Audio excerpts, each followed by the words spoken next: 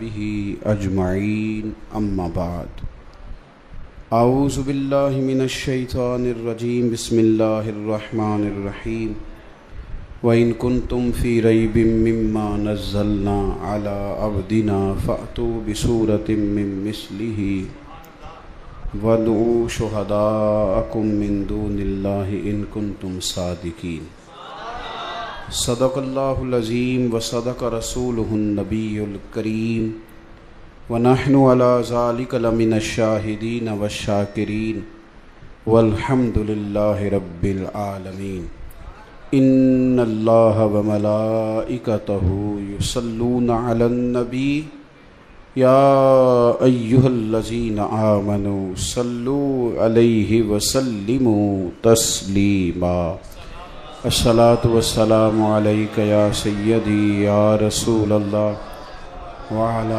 آلک واصحابک یا سیدی یا حبیب اللہ۔ سارے حضرات درود شریف پڑھیے۔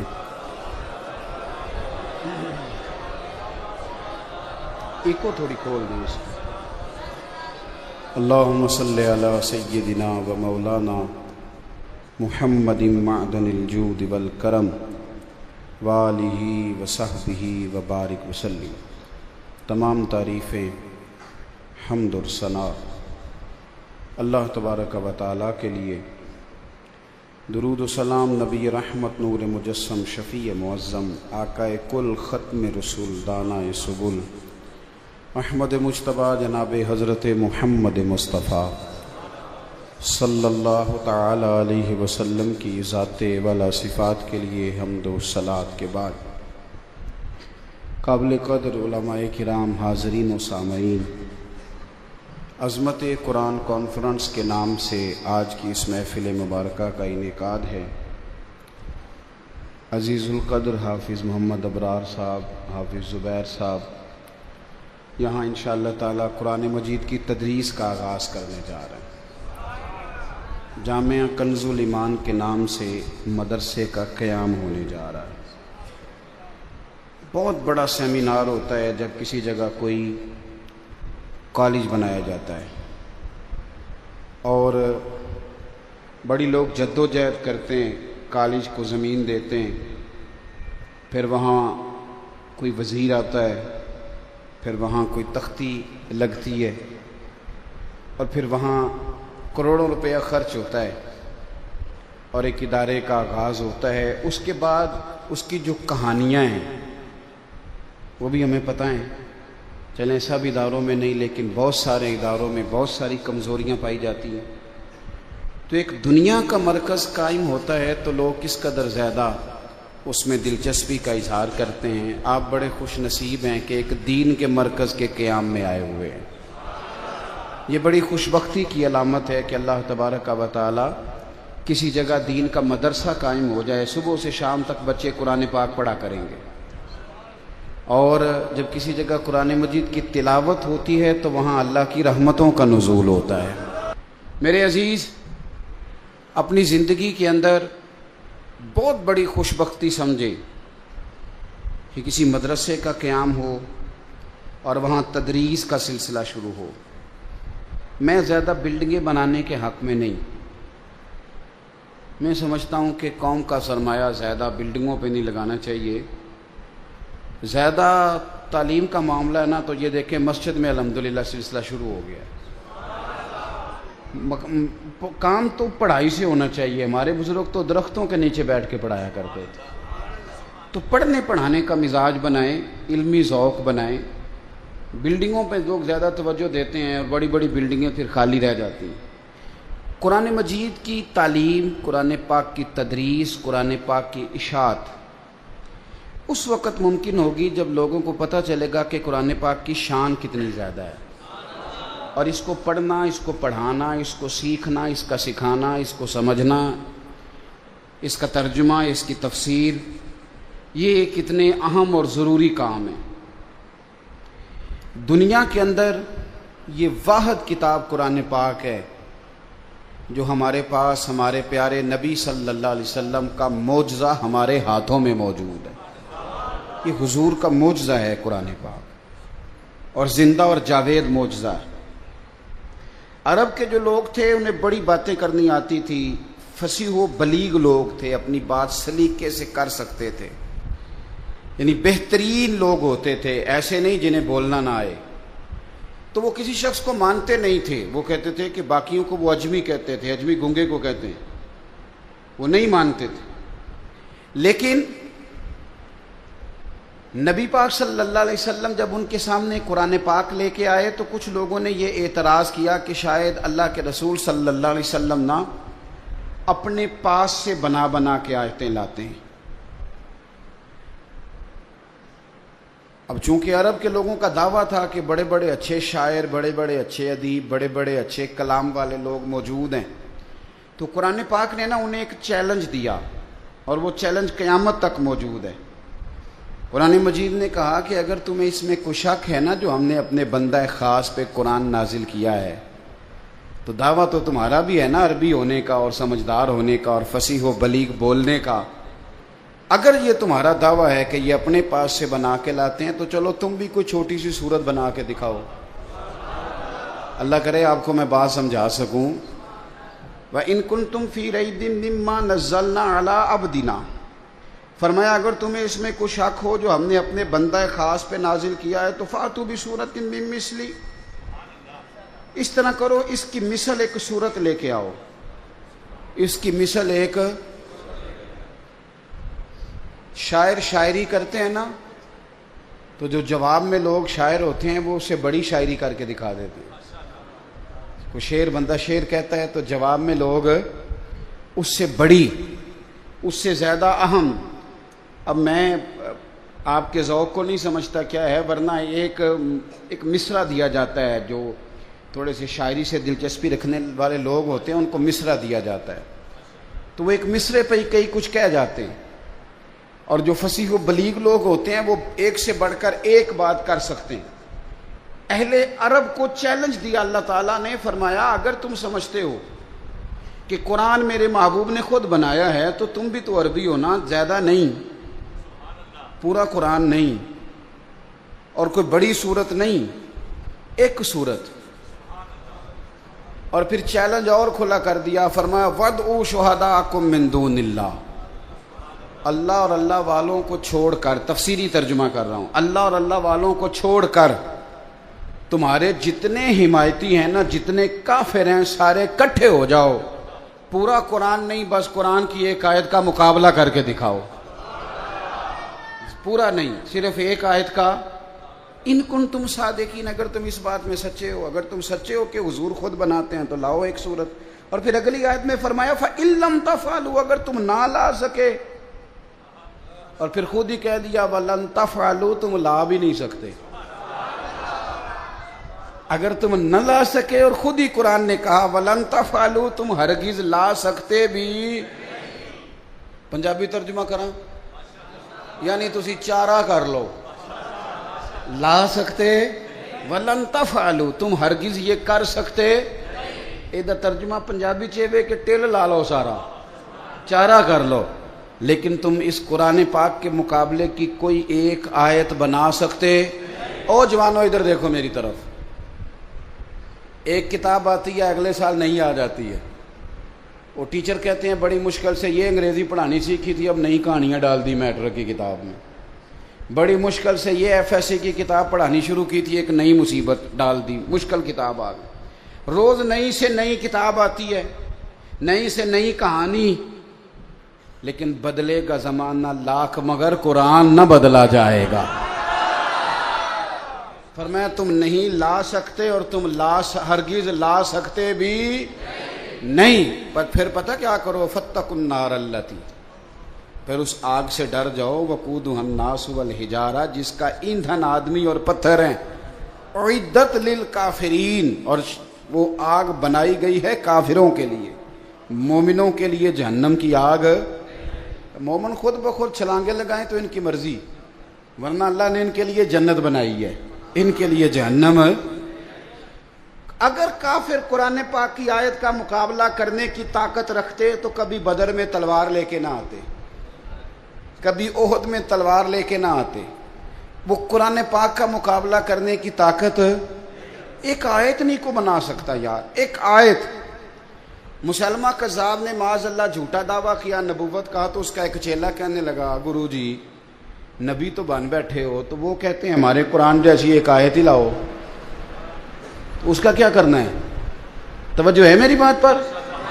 تو اسی کو ناراض تے نہیں اے بعض بندے زیادہ غور نہ بہندے ہو تو میں ڈرنا پھر خورے مطلب پیار نہ تڑی نہ جو ویکھی دا, پیار نہ تے ہس کے ویکھی دا ہے. اللہ تو ان خوش رکھے. تو میں لمبی تقریر نہیں جے کردا, میں تھوڑی ہوئی کردا جے. جے تانوں گرمی لگ رہی تے مینوں تہاڈوں زیادہ لگ رہی ہے, کیونکہ جڑا بولدا ہے انہوں تے زیادہ لگدی ہے نا. تو مہربانی کریں آپ توجہ کریں. میں سفر پتہ کتنا کر کے آیا ہوں. میں صبح جھنگ تھا, وہ دربار حضرت سلطان باؤ, آپ اندازہ کریں, اور میں وہاں 2 بجے گاڑی میں بیٹھا آپ کے جلسے کے لیے.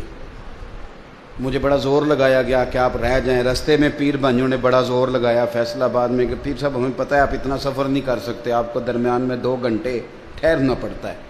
تو میں نے ان سے کہا یہ سفر ہم کر لیں گے, ہم پیار جو کر بیٹھے ہیں. پیار ہو جائے نا تو گو سنا تھا کہ آستانہ یار دور ہے, پھر ہم نے بھی ٹھان لی تھی کہ جانا ضرور ہے. تو اگلا شعر میں پڑھتا نہیں اس لیے کہ پھر اس کی وضاحت دینی پڑتی ہے, اسی پہ رہ جاتا ہوں. صاحب غور کریں میں کیا عرض کر رہا ہوں, آپ بات پہ توجہ کریں. مسلمہ کذاب سے نا اس کے چیلوں نے کہا کہ گرو جی نبی تو بنا ہے اور جھوٹے معاذ اللہ. تو وہ مسلمان کہتے ہیں ہمارے قرآن کے مقابلے کی آیت بناؤ, تو کوئی آیت بھی بنائی ہے. تو جھوٹ کے تو پیر کوئی نہیں نہ ہوتے. جھوٹا بندہ کہانیاں تو بنا سکتا ہے لیکن حقیقت بنا سکتا. دیکھیں نا, ایک ہوتی ہے اللہ کی تخلیق اور ایک ہوتا ہے اللہ کی دی ہوئی عقل سے بندوں کی تخلیق. پہلے آپ کو مثال دے لوں بات کی سمجھ آ جائے. بندوں کو اللہ نے عقل دی تو بندوں نے ٹرین بنا لی ہے نا جی, پر چیونٹی نہیں بنا سکے.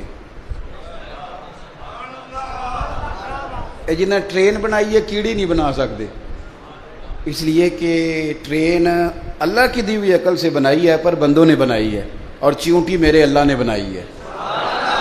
یہ قیامت تک چیونٹی نہیں بنا سکتے. ٹرین بنا لیں گے, ہو سکتا ہے اس سے بڑی بھی بنا لیں, لیکن چیونٹی بنا سکتے یہ سمجھ لیں. ایک اور مثال دیتا ہوں. یہ ٹیوب لائٹ بندوں نے بنائی ہے, اللہ کی دی ہوئی عقل سے بنائی ہے. یہ دیکھیں جلتی ہے, بڑی بڑی اتنی سی بلب اب آتا ہے, وہ آپ جلا لیں تھوڑا بڑا ہو تو اتنی بڑی مسجد میں روشنی کر دیتا ہے. یہ بندوں نے بنایا ہے. بندے بہت بڑی ٹیوب لائٹ تو بنا سکتے ہیں پر جگنو نہیں بنا سکتے. حالانکہ روشنی ٹیوب لائٹ کی زیادہ ہے, جگنو کی روشنی کم ہے, پر بندے جگنو بنا سکتے. اللہ کرے آپ کی سمجھ میں بات آئے. چلو ایک اور بات کر دیتا ہوں. یہ جہاز تو بنا سکتے ہیں پر تتلی نہیں بنا سکتے. تتلی بے شک چھوٹی ہے پر ان سے کہو بنا کے دکھائیں, یہ بنا سکتے.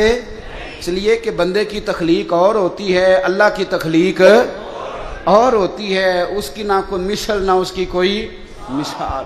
کون وہاں تک پہنچے؟ تو مسلمہ سے کہا اس کے حواریوں نے, چیلوں نے, کہ گرو جی وہ قرآن پاک کے مقابلے کی. اس نے کہا چلو کوئی کوشش کرتے ہیں. معاذ اللہ قرآن پاک کی آیت ہے القاریہ ملقاریہ وما ادراک ملقاریہ, کھڑکھڑانے والی. یہ قیامت کا ذکر ہو رہا ہے. کیا ہے کھڑکھڑانے والی, اور تمہیں کیا پتہ ہے کھڑکھڑانے والی؟ اب ہمیں واقعی نہیں پتا کہ قیامت کس طرح کی ہوگی, سنا ہی ہے نا. تو وہ کھڑکھڑانے والی کیا ہوگی, کس طرح کا وہاں منظر ہوگا, وہ کیا چیز ہوگی. تو یہ بات جب سنتے ہیں تو دل پہ ایک روب پڑتا ہے. تمہیں کیا پتا اور تم کیا جانو, تم ادراک وما ادراکا, یعنی تم ادراک ہی نہیں کر سکتے کہ وہ کھڑکھڑانے والی کیا ہے. اس نے نا یہ 2-3 آیتیں سامنے رکھ لی اور رات کو نا بنانے لگ گیا. بنایا کیا؟ کہنے لگا الفیل, ہاتھی. مل فیل کیا ہے؟ ہاتھی. وما ادراک مل, یہ سویرے آیتیں بنا کے لایا. تمہیں کیا پتا کیا ہوتا ہے ہاتھی. وہ اپنے چیلوں کو سنائی تو کہنے لگے گرو جی کی عقل کرو, سارے زمانے نے پتا ہے ہاتھی کی ہوتا ہے. اس کے 2 کان ہوتے ہیں, 4 ٹانگیں ہوتی ہیں, ایک سونڈ ہوتی ہے, ایک دمب ہوتی ہے, یہ کیا بنا کے لے آئے ہو؟ اس نے کہا یار میں نے ساری رات لگا کے آیت بنائی ہے اور سویرے تم نے سنی بھی نہیں پوری اور انکار کر دیا. تو یاد رکھے بدلے گا زمانہ لاکھ مگر قرآن نہ بدلا جائے گا. بدلے گا زمانہ لاکھ مگر قرآن. اور قرآن پاک میں ہر تبیان لکل شیء، اس میں ہر شے کا بیان ہے قرآن پاک، ہر شے۔ آپ یقین کریں کہ سادی سادی چیزیں اگر آپ قرآن پاک سے تلاش کریں نا، ایک خطیب سینکڑوں لیکچر دے نا، سینکڑوں میاں بیوی کے حقوق پر، توجہ ہے میری بات پر، سینکڑوں لیکچر آپ کسی اسکالر کے، اور قرآن پاک نے صرف اتنی لفظ کہے ہن لباس لکم وانتم لباس لہن، مرد عورت کا لباس ہے، عورت مرد کا لباس۔ اب دو جملے، ایک طرف آپ بٹھا لیں بڑے بڑے اسکالر، بڑے بڑے لیکچرار، بڑے بڑے خطیب، بڑے بڑے عالم، اور قرآن نے صرف اتنا کہا کہ مرد عورت کا لباس ہے، عورت، بول کے بتاؤ۔ ادھر دیکھیں جی میری طرف، موبائل کا ہم دیکھیں، مجھے دیکھیں، آج تو میں خود آیا بیٹھا ہوں نا موبائل پہ، پھر کبھی دیکھ لیجئے گا۔ اور بھائی دو جملے، مرد عورت کا لباس ہے، عورت۔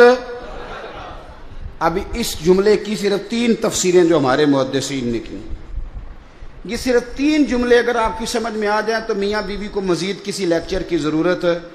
یہ پردہ کیا ہے؟ مرد عورت کا لباس ہے، عورت، تو 3 کام کرتا ہے لباس، ایک تو گرمی سردی سے بچاتا ہے، اور ایک کپڑے پہن کے بندہ سونا لگتا ہے، اور تیسرا کوئی عیب ہو تو کپڑوں کی وجہ سے چھپ جاتا ہے۔ تو اللہ کریم نے مرد اور عورت، دیکھو ہن لباس لکم وانتم لباس لہن، مرد کو بتایا کہ تو گرمی سردی سے بچنا چاہتا ہے، یعنی کسی بھی اچھی بری جگہ سے بچے گا تو بیوی کی وجہ سے بچے گا، اور بیوی سے کہا گیا کہ یاد رکھ جڑیاں خسماں دی وچ رضا وسن، پاگ جاگ جاندے نہیں ہونا گولیاں دے، تیرے لیے یہی بہتر ہے، یہ تو اپنے خاوند کی رضا میں رہ، یہ تیرا پردہ ہے، یہ تیرا لباس ہے۔ اور ان دونوں کو بتا دیا کہ لباس ایک تو گرمی سردی سے بچاتا ہے، دوسرا بندہ سڑ جاتا ہے کپڑے ڈال کے، بڑا سونا بندہ بھی اگر طامت کے ساتھ اور خالی بنیان کے ساتھ آ جائے، کرتا نہ پہنے تو وہ اچھا نہیں لگتا، وہ کرتا پہنے گا تو زینت ہو جائے گی۔ تو بیوی کو بتا دیا کہ تو جتنی مرضی بھی اعلیٰ ہو، تیری شان تیرے خامند کے ساتھ ہی ہے، اور خامند کو بھی کہا کہ یاد رکھ اگر تو گھر نہیں بسا سکتا تو باقی دنیا کو کیا خیر عطا کرے گا، خیرکم لأہلہ وانا خیرکم لأہلہ۔ اور تیسری بات یہ عرف آخر ہے، اگر آپ کی سمجھ میں آئے تو، مرد کو بتایا تو اس کا لباس ہے، عورت کو بتایا تو اس کا لباس ہے۔ لباس عیب چھپاتا ہے، عیب دکھاتا۔ یہاں پھنسی نکل آئے تو لوگ کیا کرتے ہیں؟ اے رومال نہ ٹک لو، تھوڑا نکل آیا نا تو سر پہ جو پرنا لیا اسی سے لوگ لپیٹ لیتے ہیں۔ یہ جو لباس ہوتا ہے یہ چھپاتا ہے۔ قرآن پاک کی عظمت دیکھو کس طرح قرآن ہماری تربیت کرتا ہے۔ کہا اگر بی بی میں کوئی خامی ہے تو سویرے اٹھ کے لوگوں کو نہ بتا، بلکہ چھپا، اس لیے کہ تو اس کا پردہ ہے۔ اور بی بی سے کہا گیا کہ سارے زمانے کو نہ بتا نکما ہے، نکھٹو ہے، کس طرح کا ہے، شکوہ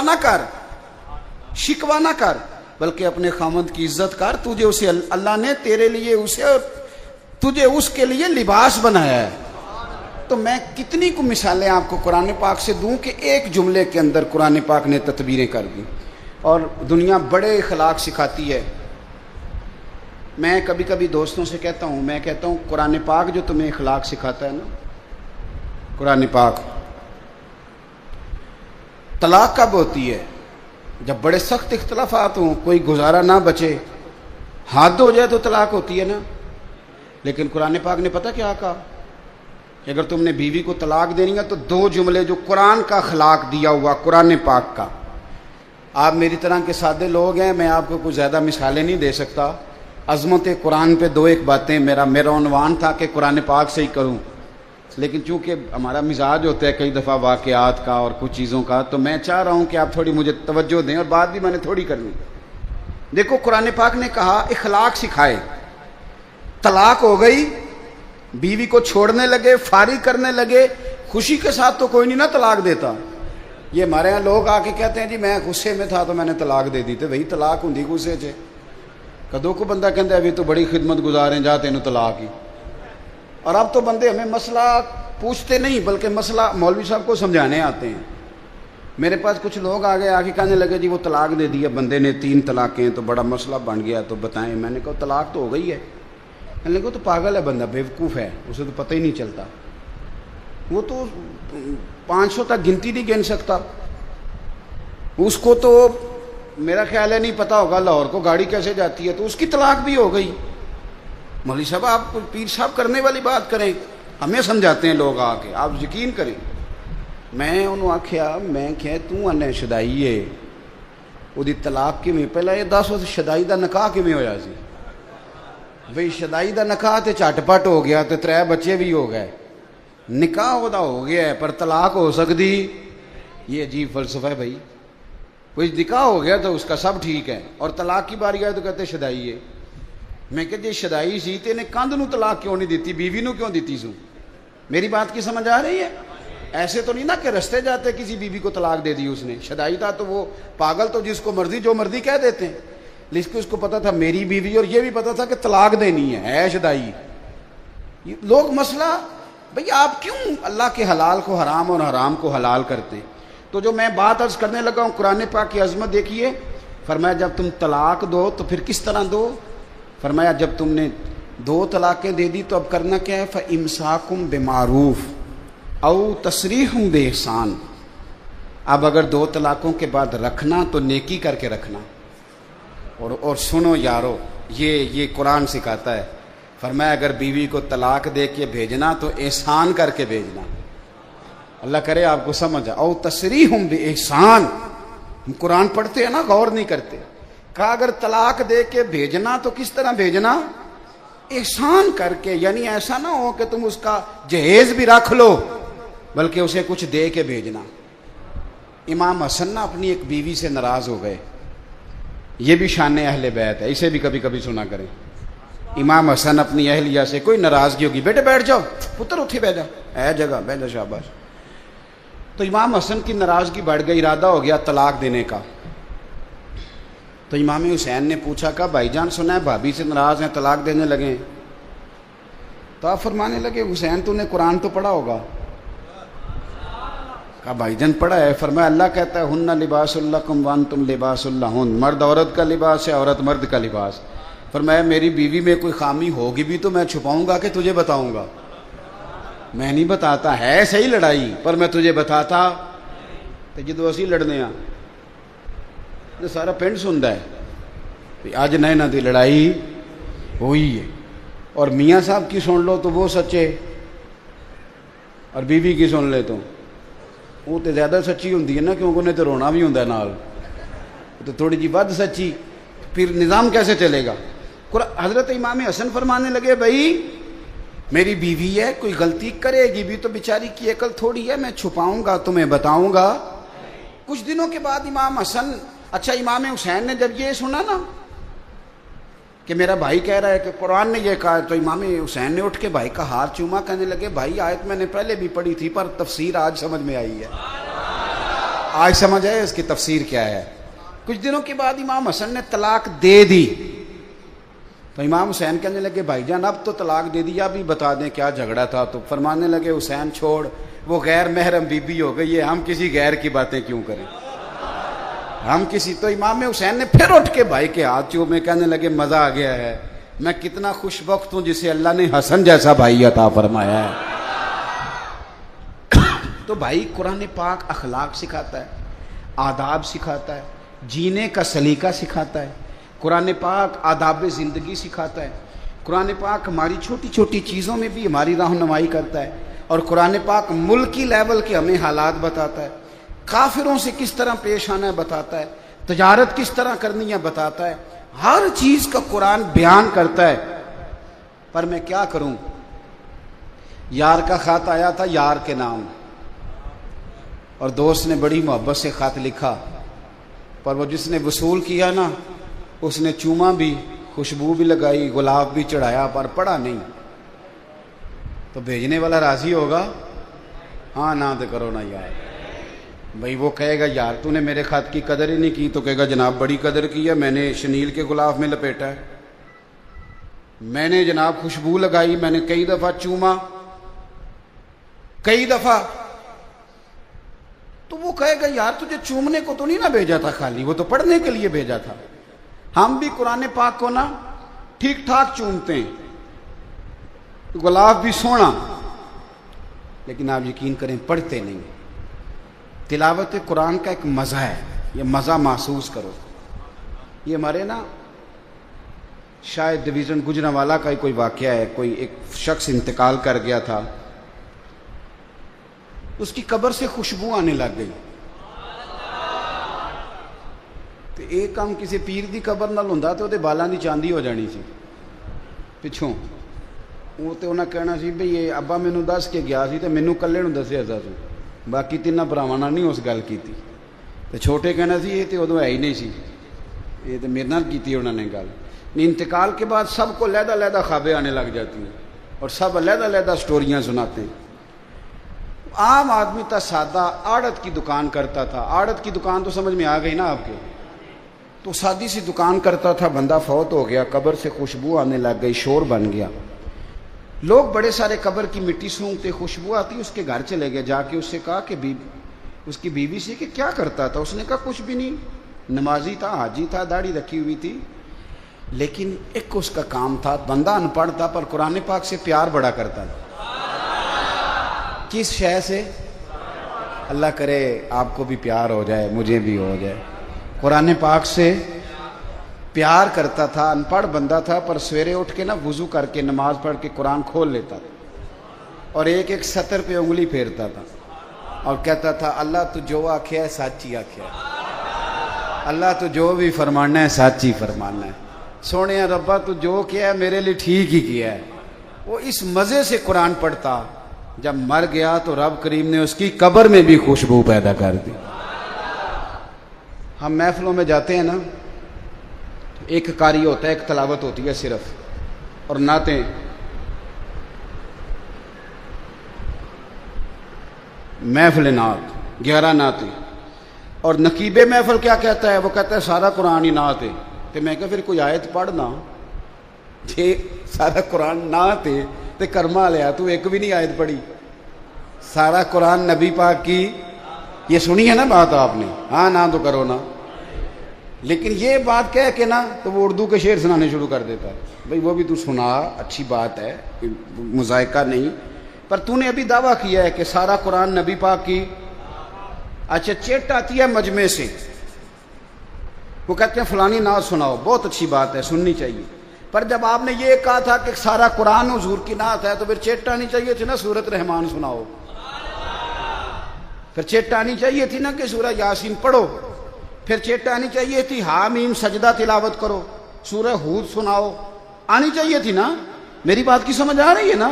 چٹیں آتی ہیں نا، فلانی نعت پڑھو، فلانی نعت پڑھو، فلانی سفارش آتی ہے، لیکن آپ نے دعویٰ بھی کیا کہ قرآن نعت ہے، پھر آپ نے سفارش ہی نہیں کی۔ سنو جو سفارش کر کے قرآن پڑھتے تھے، حضرت ابو موسیٰ اشعری قرآن بڑا سونا کر پڑھتے تھے، عمر فاروق بلا کے لاتے اور کہتے ابو موسیٰ اشعری میں امیر بن کے نہیں تیرا ویر بن کے بات کر رہا ہوں، یار آج میرا دل کر رہا ہے مجھے میرے رب کا قرآن سنا، پڑھ یار 2 آیتیں، دل کر رہا ہے پڑھنے۔ حضرت ابو موسیٰ اشعری کہتے ہیں میں پڑھتا جاتا ہوں، عمر روتے جاتے۔ او بھائی یہ ذوق بنائیں، کبھی دروازہ کھٹکھٹائیں کسی قاری کا، اسے کہیں کہ آج بڑا ہی دل پریشان ہے، سورۃ بقرہ سننی ہے میں نے، بڑا ہی، اور سن لو، اچھی طرح سن لو۔ میرے نبی پاک علیہ السلام نے فرمایا جس گھر میں سورۃ بقرہ پڑھی جائے، فرمایا جن تو کیا شیطان بھی بھاگ جاتا ہے۔ آپ سورۃ بقرہ پڑھیں، انشاءاللہ بچے سویرے وقت پہ نماز پڑھیں گے، جب شیطان ہی غائب ہو جائے گا تو تھپکی کون دے گا؟ سمجھ آ رہی ہے بات کی؟ میرے پاس ایک صاحب آ گئے، کہنے لگے پیر صاحب کام نہیں چلتا، وہ ہے نا ہمارے ہاں ایک طبقہ بہت بڑا جڑے کہنے جڑے کام نو ہاتھ پائیے وہی پیچھے دا پیچھے ہی جانا ہے۔ یہ کافی سارے لوگ ہیں، کافی سارے، تو میں انہوں نے مشورہ دینا ہونا، پھر کئی باری میں کہنا ہونا تسی جڑے کام نو نہ ہاتھ پاؤ، تسی کسی ایک نو ہی گھٹ کے ہاتھ پاؤ، مینوں لگتا تسی واہ سارے کاماں نو ہاتھ پا لیندے ہو تو پھر کسی نو بھی نہیں پکا رہندا۔ تو وہ کیا کرتے ہیں رات کچھ اور سویرے وہ پھر کام خراب ہو جاتا ہے۔ جڑے کام نو ہاتھ نہ پاؤ کسی ایک نو پاؤ تے چنگا کر کے پاؤ۔ بات کی سمجھ آ رہی ہے؟ تو ایک صاحب نے مجھ سے کہا کہ پیر صاحب جس کام میں ہاتھ ڈالتا ہوں نا وہ میرا خراب ہو جاتا ہے، تو رزق کی بڑی تنگی ہے، تو کوئی تویز میں نے اسے کہا یار جو تویز میں دوں گا پتہ نہیں اثر کرے نہ کرے، وہ والا تویز نہ دوں جو مدینے والے رسول نے دیا ہے، نبی پاک نے جو تویز دی ہے۔ تو حضور صلی اللہ علیہ وسلم فرمانے لگے، تویز دینے لگے، حضور فرمانے لگے تو رات کو سورۃ واقعہ پڑھ، تجھے کبھی فاقہ نہیں آئے گا۔ سورۃ واقعہ پڑھا کر، کبھی فاقہ پڑھنی چاہیے نا جی، پڑھیں گے انشاءاللہ۔ حضرت عبداللہ ابن مسعود رضی اللہ تعالیٰ عنہ بڑے خوبصورت صحابی ہیں۔ میں نے نا پچھلے جمعے دوستوں سے معافی مانگی تھی، میں نے کہا تھا ہم لوگوں نے ایک غلطی کی ہے بڑی، ہم لوگوں نے نا 5-7 صحابہ کی تعریفیں صرف سنائی ہیں، خلفائے راشدین کی، یا کسی خطیب نے عشق بلال حبشی بیان کر دیا، یا کبھی دل کیا تو حضرت سلمان فارسی کا واقعہ، ہم نے بتایا ہی نہیں کہ حضرت مقداد کی کتنی شان ہے، ہم نے لوگوں کو بتایا ہی نہیں کہ حضرت ابو عبیدہ بن جراح کا کیا مقام ہے، حضرت سعد بن عبادہ کا کتنا درجہ ہے، ہم نے کب بتایا لوگوں کو؟ ہم نے تو بتایا نہیں کہ حضرت خالد بن ولید کی تعریفیں میرے نبی نے کس طرح کی، حضرت عمار بن یاسر سے میرے نبی کتنی محبت کرتے، اسامہ بن زید سے کتنا پیار کرتے تھے رضوان اللہ تعالی علیہم، ہم نے بتایا ہی نہیں، 2-4 لوگوں کی بات بتائی۔ حضرت عبداللہ ابن مسعود وہ صحابی ہیں کہ نبی پاک علیہ السلام جو کام بھی کرتے مشورے سے کرتے، پر مشکات میں ترمذی میں حدیث ہے، حضور فرماتے ہیں اگر میں اس کو کوئی کسی جگہ کا امیر بناتا نا، امیر شارحین کہتے ہیں کسی صوبے کا یا کسی لشکر کا، تو حضور فرماتے ہیں اگر میں کسی بندے کو بغیر مشورے کے کسی جگہ کا امیر بناتا تو عبداللہ ابن مسعود کو بناتا، بغیر مشورے کے بھی میں بنا دیتا تو مجھے فخر تھا کہ گویا میں اسے امیر بنا رہا ہوں۔ حضرت عبداللہ ابن مسعود کی بیٹیاں زیادہ تھیں، حضرت عثمان غنی کے زمانے میں بیمار ہو گئے، تو حضرت عثمان غنی تیمارداری کرنے گئے تو جا کے کہنے لگے حضور میں نے نہ ارادہ کیا آپ کی بیٹیوں کے لیے وظیفہ لگا دوں، حکومت کو وظیفہ لگایا تو کوئی بندہ منع کرتا ہے؟ ہاں نہ تو کرو نا، تسی میرا خیال ہے منع کر چھڑنا ہے، تسی بول دے نہیں، حکومت وظیفہ دینے لگے کوئی بندہ انکار کرتا ہے؟ کرنا بھی نہیں چاہیے، ہمارے ٹیکسوں سے دیتی ہے حکومت جو دیتی ہے، کرنا بھی نہیں چاہیے۔ تو حضرت عبداللہ ابن مسعود، میں بات ختم کرنے لگا ہوں، بس قریب آ گیا ہوں، حضرت عبداللہ ابن مسعود رضی اللہ تعالیٰ عنہ کو حضرت عثمان غنی نے کہا امیر المومنین نے کہ میں آپ کی بیٹیوں کا وظیفہ لگا دیتا ہوں، تو آپ فرمانے لگے عثمان میری بیٹیوں کو کسی خزانے کی ضرورت نہیں، میں تیاں نو خزانہ دے چڑھیا۔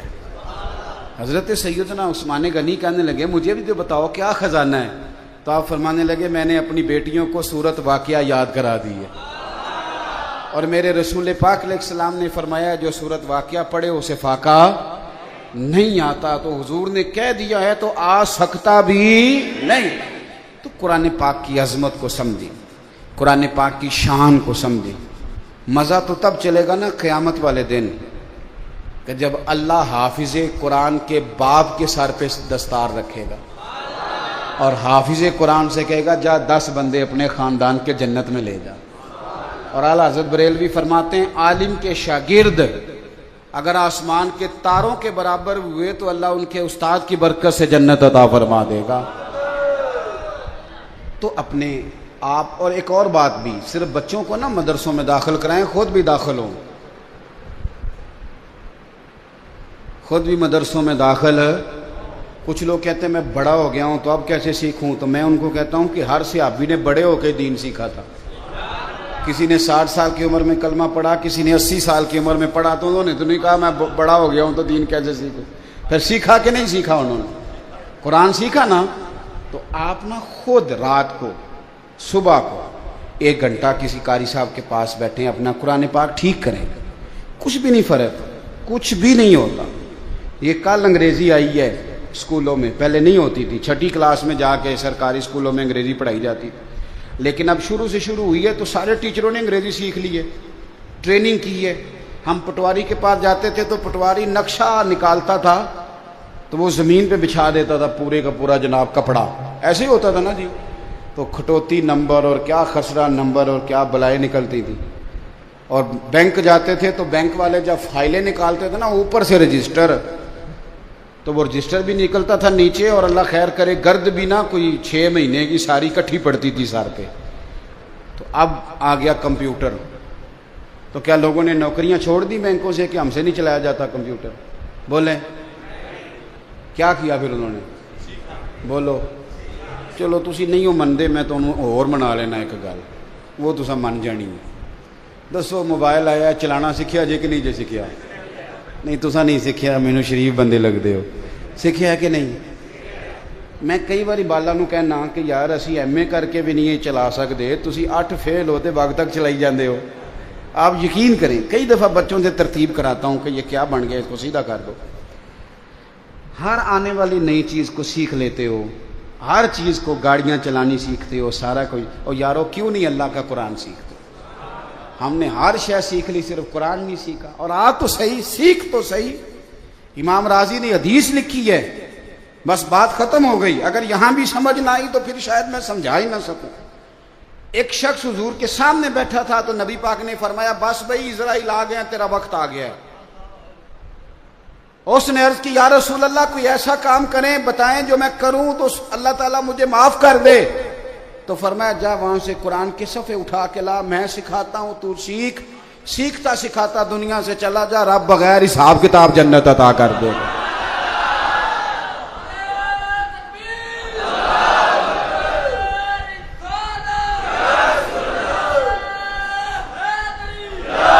تو آپ قرآن سیکھیں، سیکھیں گے انشاءاللہ۔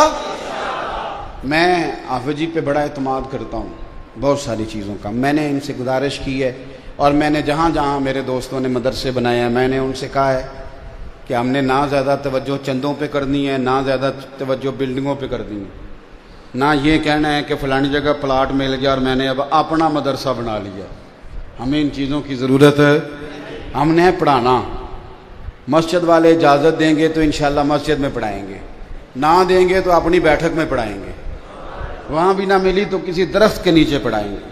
یہ میرے مصطفیٰ کے دین کا کام ہے۔ انشاءاللہ تعالی ہم نے تہیا کیا ہوا ہے زندگی میں کہ میری زندگی کا مقصد تیرے دین کی سرفرازی، بس میں اسی لیے مسلمان، میں اسی لیے نمازی، انشاءاللہ اسی پہ جینا ہے اور اسی پہ مرنا ہے۔ خواجہ صاحب نے کہا تھا میں اپنی حیاتی تو قربان تھی ماں، اور ویکھو میری محمد محمد پکیندے گزر گئی، محمد محمد پکیندے گزر گئی۔ تو اس طرح کی گزارنی ہے انشاءاللہ۔ یہ بڑی مزیدار ہے، یہ بڑی شاندار ہے، یہ بڑی، آپ یقین کریں۔ دیکھو نا کچھ لوگ کہتے ہیں کہ فلانے بندے کو حضور کی زیارت اتنی کیسے ہوتی ہے، تو میں نے کہا اگر ریڑھی والا ریڑھی چلائے اور رات خواب میں بھی ریڑھی آئے، آتی ہے کہ نہیں؟ دن کو سائیکل چلائیں تو رات کو خواب میں بھی آتا ہے کہ نہیں؟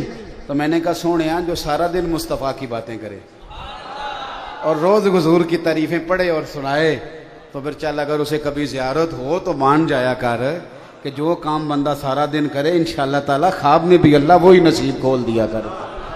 تو یہ بڑی سعادت ہے۔ آپ نے ایک صرف کوشش کرنی ہے،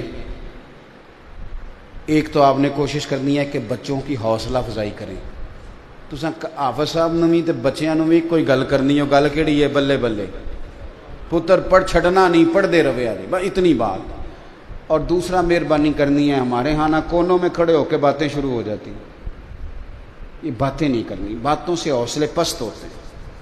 آپ مہربانی فرمائیں۔ دینداروں میں بھی ہمارے اندر سینکڑوں کمزوریاں، آپ یقین کریں، کبھی بیٹھتے ہیں تو اپنے آپ سے شرم آتی، بڑی کمزوریاں، لیکن یہ کہ آپ آ کے تبلیغ کریں بجائے اس کے کہ کونے میں بیٹھ کے کوئی ڈسکس کریں۔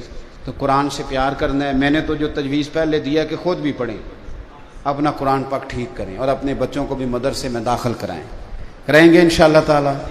اللہ تعالیٰ آپ کو خوش رکھے، برکت عطا فرمائے۔ آخر دعوانا ان الحمدللہ۔